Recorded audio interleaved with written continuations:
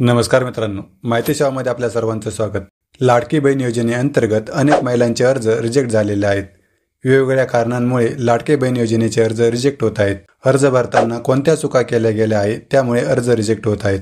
तुम्हीही तुमच्या अर्जाचं स्टेटस नारी शक्ती दूत ॲपवर जाऊन चेक करू शकता आणि तुमचा अर्ज जर पेंडिंग मध्ये असेल व एडिट ऑप्शन दिसत असेल आणि तुमच्याकडून अर्ज भरताना काही चुकी झाली असेल तर तो अर्ज तुम्ही ते सुधारू शकता. तसेच ज्या महिलांना आता नवीन अर्ज भरायचा आहे त्यांनी कोणत्या चुका करू नये या संदर्भातील सर्व कारणे आज आपण या व्हिडिओच्या माध्यमातून सविस्तर बघणार आहोत. त्याआधी तुम्ही जर आपल्या माहिती सेवा चॅनलवर नवीन असाल तर चॅनलला सबस्क्राईब करायला अजिबात विसरू नका. नोंदवलेले नाव व आधार कार्डवरील नाव यात तफावत असल्यास अर्ज रिजेक्ट होणार आहेत. म्हणजेच काय तर आधार कार्डवर ज्याप्रमाणे नाव आहे अगदी त्याचप्रमाणे अर्जात देखील नाव नोंदवलेले पाहिजे. अर्जदाराचे वय 21 ते 65 वर्ष या वयोगटात बसत नसल्यास अर्ज रिजेक्ट केले जाणार आहेत.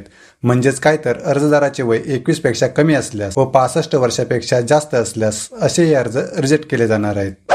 अर्जदार महिलेचे अधिवास प्रमाणपत्र किंवा जन्म प्रमाणपत्र किंवा शाळा सोडल्याचा दाखला किंवा 15 वर्षापूर्वीचे रेशन कार्ड किंवा 15 वर्षापूर्वीचे मतदान ओळखपत्र यापैकी एक प्रमाणपत्र किंवा ओळखपत्र जोडलेले नाही किंवा चुकीचे जोडलेले असल्यास असेही अर्ज रिजेक्ट केले जाणार आहेत.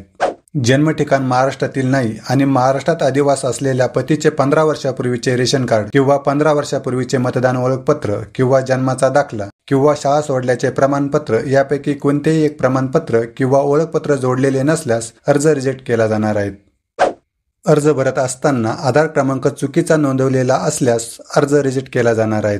कुटुंबाचे एकत्रित वार्षिक उत्पन्न ₹2.5 लाखापेक्षा अधिक असल्यास अर्ज रद्द केले जाणार आहेत. कुटुंबाचे वार्षिक उत्पन्न ₹2.5 लाखापेक्षा कमी असल्याचे प्रमाणपत्र अथवा पिवळे किंवा केसरी रेशन कार्ड जोडलेले नसल्यास अर्ज रद्द केला जाणार आहे. बँक खात्याचा तपशील जसे खातेदाराचे नाव, बँकेचे नाव, खाते क्रमांक, IFSC कोड चुकीचा भरला असल्यास अर्ज रद्द केला जाणार आहे. बँक खाते आधार संलग्न नसल्यास अर्ज रद्द केला जाणार आहे. म्हणजेच तुमचे आधार कार्ड हे बँकेला DBT लिंक असणे आवश्यक आहे. अर्जदाराने हमीपत्र दिले नाही अथवा हमीपत्रात त्रुटी असल्यास अर्ज रिजेक्ट केले जाणार आहेत.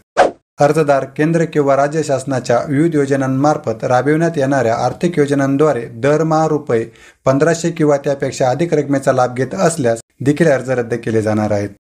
4 चाकी वाहन, ट्रॅक्टर वगळून कुटुंबातील सदस्यांच्या नावावर नोंदणीकृत असल्यास अर्ज रद्द केले जाणार आहेत.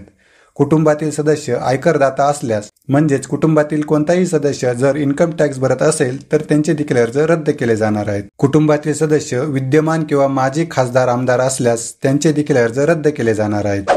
कुटुंबातील सदस्य नियमित किंवा कायम कर्मचारी म्हणून शासनाचे विभाग, उपक्रम, मंडळ यामध्ये कार्यरत किंवा सेवानिवृत्तीनंतर निवृत्ती वेतन घेत असल्यास असे अर्ज देखील रद्द केले जाणार आहेत. कुटुंबातील सदस्य शासनाच्या कॉर्पोरेशन किंवा बोर्ड किंवा उपक्रमाचे अध्यक्ष किंवा उपाध्यक्ष किंवा संचालक सदस्य असल्यास अर्ज रिजेक्ट केले जाणार आहेत. कुटुंबातील एकापेक्षा जास्त अविवाहित महिलेने योजनेचा लाभ यापूर्वी घेतला असल्यास असे अर्ज देखील रद्द केले जाणार आहेत. अर्जदाराचे नाव व सादर केलेली कागदपत्रे यामध्ये तफावत असल्यास असे अर्ज देखील रद्द केले जाणार आहेत. तर मित्रांनो, तुम्हाला ही माहिती आवडली असेल तर आपल्या मित्रांना शेअर करा, व्हिडिओला लाईक करा आणि अशाच प्रकारची अचूक व विश्वसनीय माहिती बघण्यासाठी आपल्या हक्काच्या माहिती सेवा या YouTube चॅनलला सबस्क्राईब करायला अजिबात विसरू नका, जेणेकरून नवनवीन योजनांची माहिती सर्वात आधी आपणास पाहावयास मिळेल. धन्यवाद.